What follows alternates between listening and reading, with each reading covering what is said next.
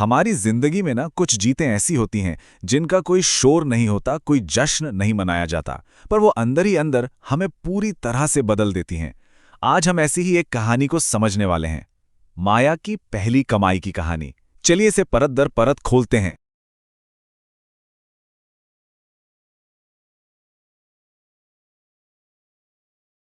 सोचिए, माया ने अपनी किताब का ड्राफ्ट जमा कर दिया है और अब घर में एक अजीब सी खामोशी है। लेकिन ये वो वाली खामोशी नहीं है जो डर से पैदा होती है। नहीं, ये उम्मीद वाली खामोशी है। एक इंतजार कि उसकी मेहनत, उसके लिखे हुए शब्दों को आखिर पहचान मिलेगी भी या नहीं।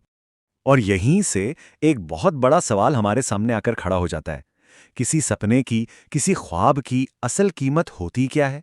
क्या इसे सिर्फ पैसों से तौला जा सकता है, या फिर इसका मोल कुछ और ही है?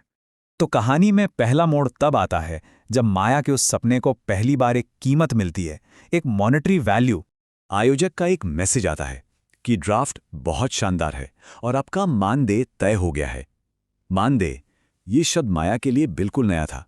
ये सिर्फ पैसा नहीं था, नहीं, ये एक तरह की स्वीकृति थी, एक पहचान थी कि उसके लिखे शब्दों में भी वजन है, एक कीमत है। और वो कीमत थी 3,000 रुपए। अब सुनने में ये रकम शायद बहुत बड़ी ना लगे, लेकिन ये एक शुरुआत थी और माया के लिए इस शुरुआत के मायने बहुत बहुत गहरे थे। तो अब सवाल ये है कि यह खबर जब घर की दहलीज के अंदर आती है तो इसकी गूंज कैसी होती है। आइए देखते हैं कि घर में क्या होता है। देखिए, यहां पर जो सबसे दिलचस्प बात है ना, वो है रिएक्शंस का फर्क। पति आरव, वो मुस्कुराता नहीं है, पर उसकी आंखों में एक रजामंदी है, एक तरह की स्वीकृति। और ये अपने आप में एक बहुत बड़ी जीत है। ससुर जी बस इतना कहते हैं, अच्छा है। लेकिन असली मोड़ तब आता है जब सास एक सवाल पूछती, किस काम आएंगे। अब ये सिर्फ एक सवाल नहीं है, ये एक कसौटी है। ये उस दबाव को दिखाता है कि एक औरत की कमाई को अक्सर उसके मकसद से तोला जाता है। उसे ये साबित करना पड़ता है कि उसकी मेहनत का कोई ठोस, कोई प्रैक्टिकल नतीजा निकलेगा। और ठीक यहीं पर माया का वो सपना, जो अब तक थोड़ा अमूर्त था, एक बहुत ही ठोस, एक बहुत ही असली पारिवारिक जरूरत से अटक रहता है। देखिए किस्मत का खेल। अगले ही दिन बेटी आर्या के स्कूल से फीस का सर्कुलर आ जाता है। एक तरफ है माया के सपनों की पहली कमाई 3,000 रुपए, और दूसरी तरफ है उसकी बेटी की पढ़ाई की जरूरत 3,500 रुपए। दो आंकड़े आमने सामने। और माया के मन में ये ख्याल बिजली की तरह कौंधता है। ये एक बहुत ही पावरफुल एहसास है कि उसकी अपनी ख्वाहिश, उसकी अपनी मेहनत अब सीधे सीधे अगली पीढ़ी के भविष्य से जुड़ रही है। उसकी जीत अब सिर्फ उसकी अपनी नहीं रही। और जब उसकी सास फीस को खर्च का नाम देती हैं, तो माया बहुत ही धीरे से लेकिन उतनी ही मजबूती से ये जवाब देती है। ये सिर्फ एक वाक्य नहीं है, ये एक पूरी सोच को बदलने की कोशिश है। ये लागत को मूल्य में बदलने की कोशिश है। लेकिन कहानी सिर्फ घर की चारदीवारी में नहीं रहती। जब कोई अपनी पहचान बनाने की कोशिश करता है, तो बाहर की दुनिया की नजरें भी उस पर टिक जाती हैं। पड़ोसन की ये चेतावनी, ये उस पुरानी पारंपरिक सोच की आवाज है जो एक औरत की आजादी को हमेशा एक खतरे की तरह देखती है। एक डर कि अगर वो अपने पंख फैलाएगी तो शायद सालों से बनी बनाई व्यवस्था हिल जाएगी। माया ये जवाब जोर से नहीं देती, वो ये अपने मन में सोचती है।